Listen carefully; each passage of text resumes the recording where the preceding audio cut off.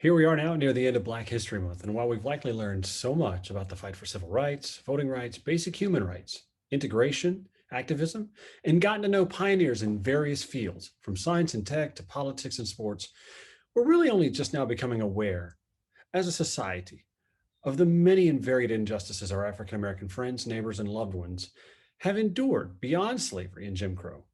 There are still obstacles put in place to deny equality, still fractures to be mended. And we're not talking ancient history either.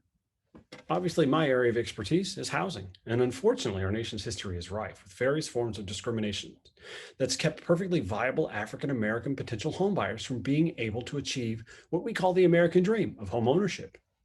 Even right now, we're dealing with a looming housing crisis that's already disproportionately affecting the same hardworking essential workers that kept the nation afloat during the worst of the most recent pandemic. A little more than a decade ago, the 2007 recession saw Black owned homes disproportionately foreclosed on, driven by high interest subprime loans. Even Black households in higher income brackets were more likely to be affected. Higher earning African American families were 80% more likely then to lose their homes comparable to their white counterparts. A little further back in history, the 1989 Pulitzer Prize winning series of articles focused on lending bias practices here in Atlanta, published right here in the Atlanta Journal Constitution. That's just 32 years ago, about the time my parents were buying their first home. Consider, for an African American friend or neighbor my age, the equity my parents have grown since buying a home in 1989 is the kind of money many of them will never accrue via generational wealth, handed down from one generation to the next. Lending biases took many other forms over our nation's history, too, though. The mid 20th century saw predatory contract lending that targeted Black families in inner city neighborhoods, where one late payment could mean foreclosure and no equity to show for it. Then there was redlining, the practice of denying or jacking up the cost of services like homeowners insurance or even the mortgage lending in communities of color and or the poor. This was done by private sector bankers and lenders and sometimes even local, state, and federal agencies. Even many returning Black World War II veterans, heroes, were denied the GI housing benefit bestowed upon them by the Pentagon, when the benefit was handed down to state and local governments to dole out, and many of those officials, segregationists. Think about all the suburban neighborhoods built in the 50s through the 80s, where our nation's and Metro Atlanta's population boomed. Most were then, and many still are now, majority white communities. And that was no accident.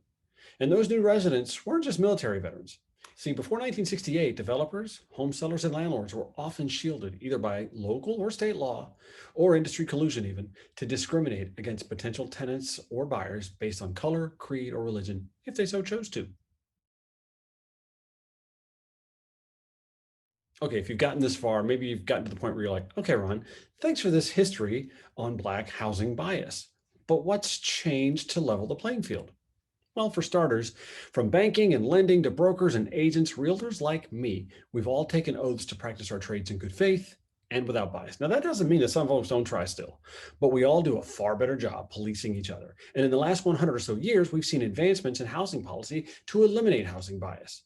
For instance, the Supreme Court in 1917 struck down local ordinances denying African Americans from occupying buildings in majority white neighborhoods. Still, local, state, and even the federal government were responsible for housing discrimination via redlining and racially discriminatory covenants until 1968. What happened in 1968? The Civil Rights Act. See, the Civil Rights Act of 1968 included the Fair Housing Act, which made it unlawful for landlords or sellers to discriminate on the basis of race, color, religion, gender, or national origin when advertising or negotiating a rental or sale of housing. That was 53 years ago, though, and it didn't end housing discrimination, obviously. Contract lending, subprime loans, lending bias, other forms of redlining continued. We talked earlier about the expose in 1989, the Pulitzer Prize-winning series of articles that exposed lending bias here in Atlanta and the South and throughout the United States. That enacted some policy change. Also, in 2011, about 3 or 4 years after the 2007-2008 housing crisis, largely in response to that crisis that nearly drove the economy into a recession, the Consumer Financial Protection Bureau was founded.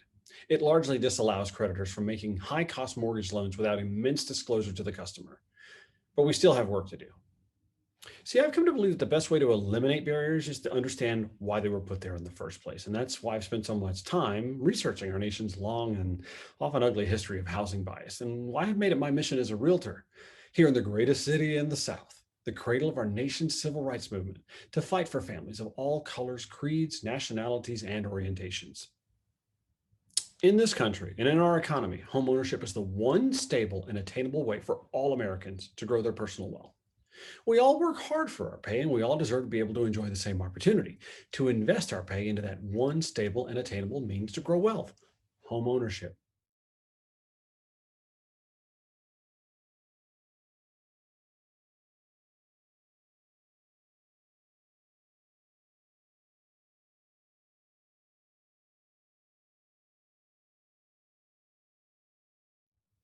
Hey, thank you for watching this. If you enjoyed what you saw or wish to discuss further, please leave a message below or share this with your friends. And of course, remember, my phone always on, my inbox always open. Have a great one.